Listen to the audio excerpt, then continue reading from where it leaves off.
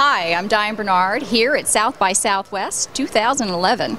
We're going to be interviewing a really cool bunch of people here today, but one big surprise is SapientNitro. Let's start over here, Hill. Hey, I'm Hill Anderson. I'm the regional lead of research and strategy for SapientNitro, and I'm excited to be here at Southwest. Very good. And then over here we got Donald Chestnut. Hi there, I'm Donald Chestnut, and I'm SapientNitro's global lead for experience design. So I've got a couple of questions I prepared for you. First, who wants to tell us who SapientNitro is? Anybody? Okay. I'll go. SapientNitro is a creative consulting and technology firm. We like to position ourselves as idea engineers, highly creative, but also able to kind of achieve and deliver that innovative solution. Our work really spans the customer experience, so from above the line traditional TV and broadcast and print advertising all the way through to true interactive and social media and e-commerce. That's fantastic. Now, tell us a little bit about you, because you represent the global creative. Tell us about a little bit what you do and some of the companies that you represent on the global level. Sure. I represent part of the global creative. So my role as the global lead for experience design really is on the more complex types of creative challenges. So we have a chief creative officer who's also my counterpart, who's focused a little bit more on the marketing side of the house. But where marketing really hits what I call product design, when you're actually building something that people use, whether that be a Facebook app or an e-commerce experience or a mobile application or a banking site or anything that is a little bit more complex and dependent on technology, that's the area of creative that I am really engaged in. I work with the clients across a wide range of industries, from telecommunications to financial services to e-commerce to a lot in the media and publishing space over the last few years. That's an area, an industry that we've seen such a tremendous change, and that's part of the panel that I'm working on for tomorrow. Speaking of panels, why don't you tell us a little bit about the panel, because I know everybody's interested in finding out more about this. Brand's a big topic, and certainly combining social media on a global basis as well. Yeah. So the panel I'm moderating tomorrow I'm very excited about is called The Great Paywall Experiment, Digital Subscription Models. It's basically, where do you draw the line as a publisher, but also as a user? So where do you draw the line in actually charging for content? Which content should be free? Which content should be behind a paywall? Which content you should subscribe to on an ongoing basis? And this is broader digital content. So it's news, it's magazine, and it's gaming. And I have three great panelists. The Chief Product Officer, who's a client of SapientNitro's from Wall Street Journal, one of the largest paid subscription sites on the net. I have another client of ours from Rolling Stone, Daniel Mindell. So we've got the magazine world represented and understanding kind of what is their experience. And then I also have a great former colleague of mine, Heather Hollis, who's an executive creative director from Electronic Arts. So really representing a different part of the industry, but gaming. And again, understanding the world of free games, whether that's stuff on Facebook all the way through to kind of the desktop and Nintendo and Xbox gaming platforms. Wow, I mean, literally, SapientNitro could be involved in the whole revolution of what's happening today in social media and distribution. So we'll be excited to see what happens with those companies. All right, now we're over here with Hill. Hill, you want to tell us a little bit about what you're up to, and maybe you can tell us a little bit of some of the trends going on in your arena.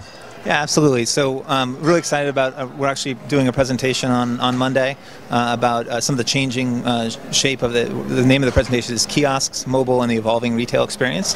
And it's really about how the retail experience is fundamentally changing with the introduction of some of these new digital devices that are actually in store, and it's about sort of shaping that new experience. How do how does the mobile fit into the online shopping experience, and how does it fit into the offline shopping experience when you're walking down an aisle of the store and you want to be able to research a product? What does that mean from a retailer's perspective, and also its implications for the consumer? So it's a very exciting time, both as a consumer. You can go in, the amount of information that you have in the aisle is really dramatically changing, and also some of the other digital devices you might have in store are pretty fundamentally changing. So if you think about the role of a kiosk and being able to browse and explore and almost have sort of play in the new retail experience, there's a lot of opportunities for both parties. Well, looking ahead, give us an example of something that we might get to see in the future someday.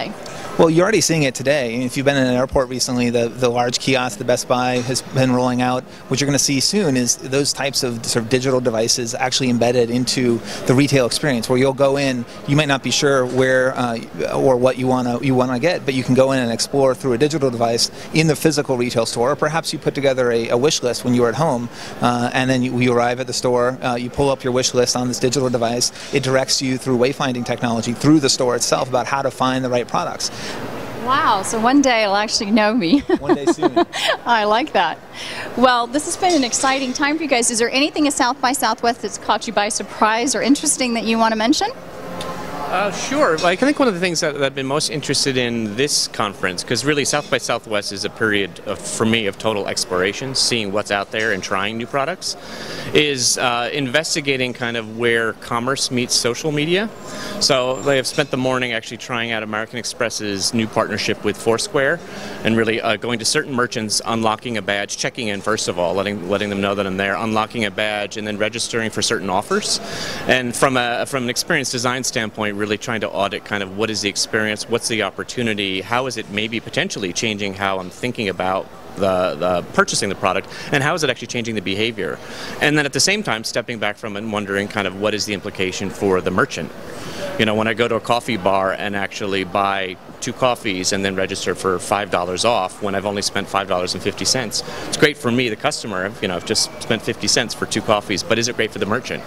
But nonetheless, I did walk 2 blocks out of my way just in order to get that cappuccino. So there's all sorts of layers, and that's, again, this is where Twitter launched. This is where kind of Foursquare launched at South by Southwest. So I look at, in addition to the relationships and the people that I meet and see and get to know, it's really a period of exploration and inspiration. Well, I agree with that. I have a question about American Express. So if that type of technology were to evolve, what's possible for American Express and for consumers? Oh, that's a great question. I look at kind of the world of checkless, cashless, and even credit cardless purchasing. The one device I have, sadly, but also great, at all times, even next to my bed, is my mobile phone. I can see there's, mobile phones right here sitting on the desk, but it's with me all the time, even more so than my wallet. And I remember 3 or 4 years ago, we used to look at wanting to combine music, the iPod, and the mobile phone, and then the iPhone came out and did that. As we're seeing kind of convergence of devices, well, why not actually my financial life? I have all of my credit card and my debit card information. Why can't I just go in? And I use my mobile phone all the time now in Starbucks, and I just use the Starbucks app, and that's it. It gets credited to my credit card. So as I think about financial services institutions, what's the opportunity to just, make the transaction really occur in the background, but then what does that actually do, and how does that change my behavior? So. I love it. A mobile purse. I'd like that. Well, listen, guys, I really appreciate the time that you took for us, and I hope that South by Southwest is really successful and you get to do a lot of fun stuff while you're here. Great. Well, welcome to Austin. Thanks a lot. Thank you. Thank you. Thank you.